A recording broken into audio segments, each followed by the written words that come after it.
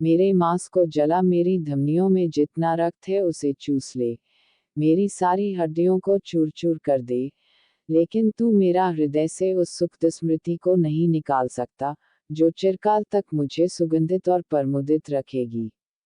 Thais मर रही है। ईश्वर, तू कितना हास्यास्पद है। तुझे कैसे बताऊं कि मैं तेरे नरकलोक को तुच्छ समझता हूँ, उसकी हंसी उड़ाता हूँ। थायस मर रही है, वह मेरी कभी न होगी, कभी नहीं, कभी नहीं। नोक तेज धारा के साथ बहती जाती थी और वह दिन के दिन पेट के बल पड़ा हुआ बार बार कहता था, कभी नहीं, कभी नहीं, कभी नहीं। तब यह विचार आने पर कि उसने औरों को अपना प्रेमरस चखाया, केवल मैं ही वंचित रहा। उसने संसार को अपने प्रेम की लहरों से प्लावित कर दिया और मैं उसके होंठों को भी न तर कर सका। वह दांत पीसकर उठ बैठा और अंतवेदना से चिल्लाने लगा। वह अपने नखों से अपनी छाती को खरोंचने और अपने हाथों को दांतों से काटने लगा। उसके मन में यह विचार उठा, यदि मैं उसके सारे प्रेमियों का संहारा कर देता तो कितना अच्छा होता। इस हत्याकांड की कल्पना ने उसे सरल हत्या तृष्णा से आंदोलित कर दिया। वह सोचने लगा कि वह निस्यास का खूब आराम से मजे ले लेकर वध करेगा और उसके चेहरे को बराबर देखता रहेगा कि कैसे उसकी जान निकलती है। तब अकस्मात उसका त्रकोधावेग द्रवीभूत हो गया। वह रोने और सिसकने लगा। वह दीन और नम्र हो गया। एक अज्ञात विनयशीलता ने उसके चित्त को कोमल बना दिया। उसे यह आकांक्षा हुई कि अपने बालपन के साथी निसियास के गले में बाहें डाल दे और उससे कहे, निसियास, मैं तुम्हें प्यार करता हूँ क्योंकि तुमने उससे प्रेम किया है। मुझसे उसकी प्रेम चर्चा करो। मुझसे वह बातें कहो जो वह तुमसे किया करती थी। लेकिन अभी तक उसके हृदय में इन वाक्यबाण की नोक निरंतर चुभ रही थी। थायस मर रही है। फिर वह प्रेमोन्मत्त होकर कहने लगा, ओ दिन के उजाले, ओ निशा के आकाश दीपकों की रौप्य छटा, ओ आकाश, ओ झूमती हुई चोटियों वाले वृक्षों, ओ वनजंतुओं, ओ गृहपशुओं, ओ मनुष्यों के चिंतित हृदयों, क्या तुम्हारे कान बहरे हो गए हैं? तुम्हें सुनाई नहीं देता कि थायस मर रही है? मंद समीरण, निर्मल प्रकाश, मनोहर सुगंध, इनकी अब क्या जरूरत है? तुम भाग जाओ, लुप्त हो जाओ। ओ भूमंडल के रूप और विचार, अपने मुंह छिपा लो, मिट जाओ। क्या तुम नहीं जानते कि थायस मर रही है? वह संसार के माधुर्य का केंद्र थी। जो वस्तु उसके समीप आती थी वह उसकी रूप ज्योति से प्रतिबिंबित होकर चमक उठती थी। इस्कंद्रिया के भोज में जितने विद्वान, ज्ञानी, वृद्ध उसके समीप बैठते थे, उनके विचार कितने चित्ताकर्षक थे, उनके भाषण कितने सरस, कितने हंसमुख लोग थे। उनके अधरों पर मधुर मुस्कान की शोभा थी और उनके विचार आनंद भोग की सुगंध में डूबे हुए थे। थायस की छाया उनके ऊपर थी, इसलिए उनके मुख से जो कुछ निकलता वह सुंदर, सत्य और मधुर होता था। उनके कथन एक शुभ्र भक्ति से अलंकृत हो जाते थे। शोक, वह शोक सब अब स्वप्न हो गया। उस सुखमय अभिनय का अंत हो गया। थायस मर रही है। वह मौत मुझे क्यों नहीं आती? उसकी मौत से मरना मेरे लिए कितना स्वाभाविक और सरल है। लेकिन ओ अभागे, निकम्मे, काय पुरुष, ओ निराश और विषाद में डूबी हुई दुरात्मा, क्या तू मरने के लिए ही बनाई गई है? क्या तू समझता है कि तू मृत्यु का स्वाद रख सकेगा?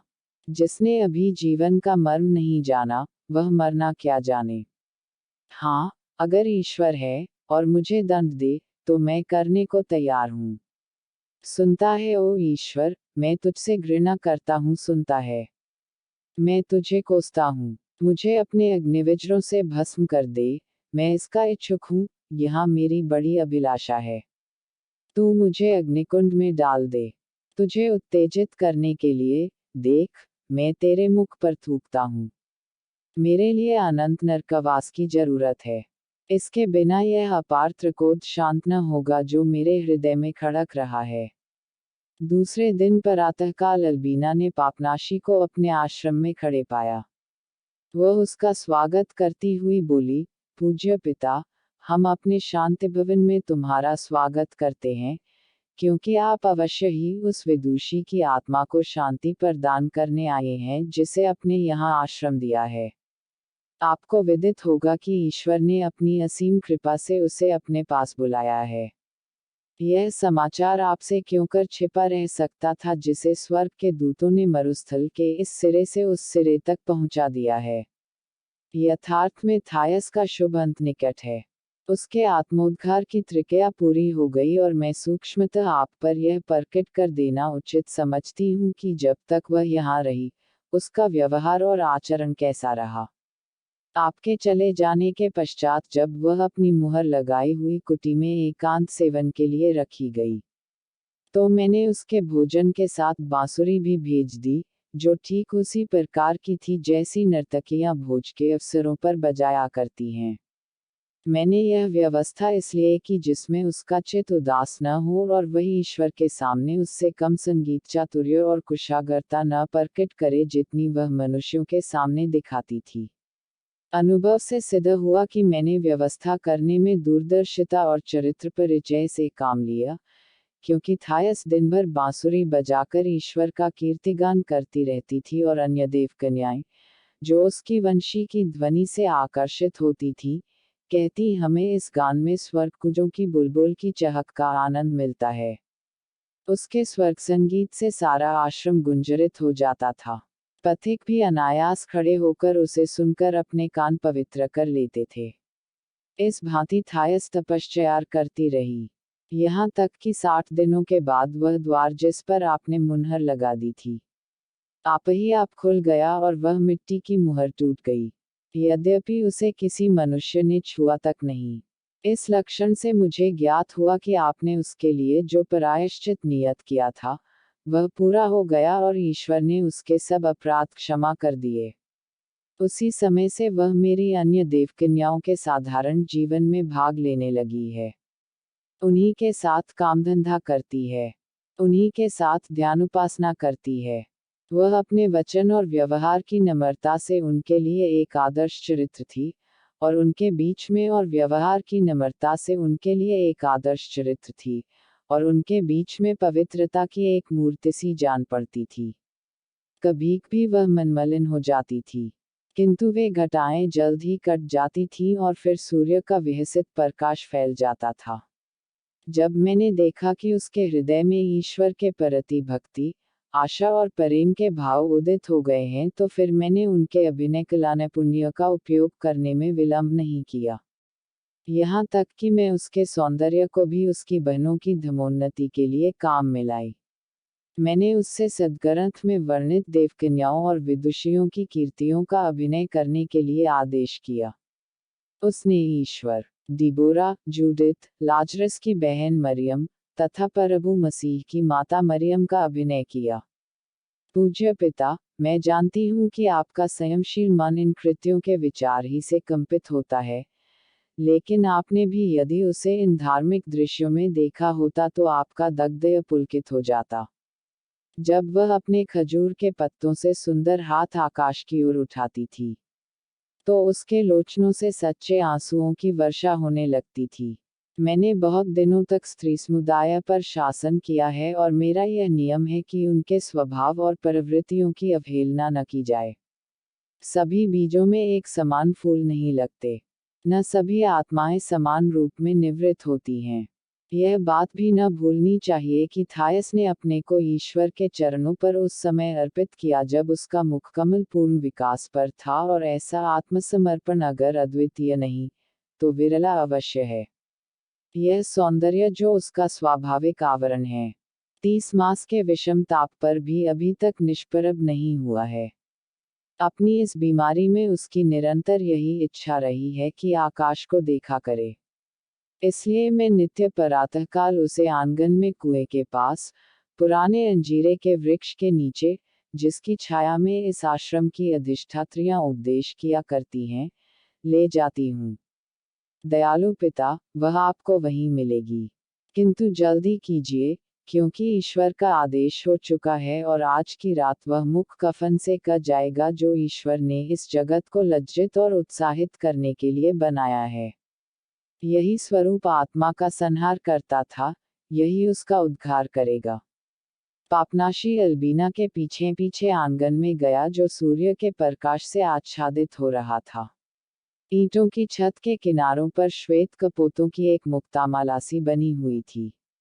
अंजीर के वृक्ष की छांव में एक शैया पर थायस हाथ पर हाथ रखे लेटी हुई थी। उसका मुख श्रीविहीन हो गया था। उसके पास कई स्त्रियां मुंह पर नकाब डाले खड़ी अंतिम संस्कार सूचक गीत गा रही थीं। परम पिता, मुझ दीन प्राणी पर अपनी सप्रेम वत्सलता से दया कर, अपनी करुणा दृष्टि से मेरे अपराधों को क्षमा कर। पापनाशी ने पुकारा, थायस।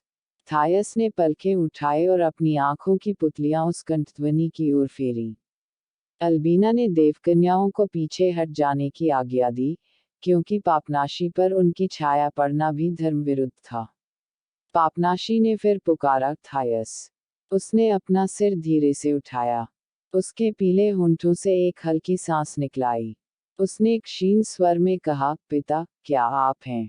आपको याद है कि हमने सोते से पानी पिया था और छुहारे तोड़े थे? पिता, उसी दिन मेरे हृदय में प्रेम का अभ्युदय हुआ, अनंत जीवन के प्रेम का। यह कहकर वह चुप हो गई। उसका सिर पीछे को झुक गया। यमदूतों ने उसे घेर लिया था और अंतिम प्राणवेदना श्वेत बूंदों ने उसके माथे को आर्द्र कर दिया था। एक कबूतर अपने अरुण त्रकंदन से उस स्थान की नीरवता भंग कर रहा था। तब पापनाशी की सिसकियां देवकन्याओं के भजनों के साथ सम्मिश्रित हो गईं।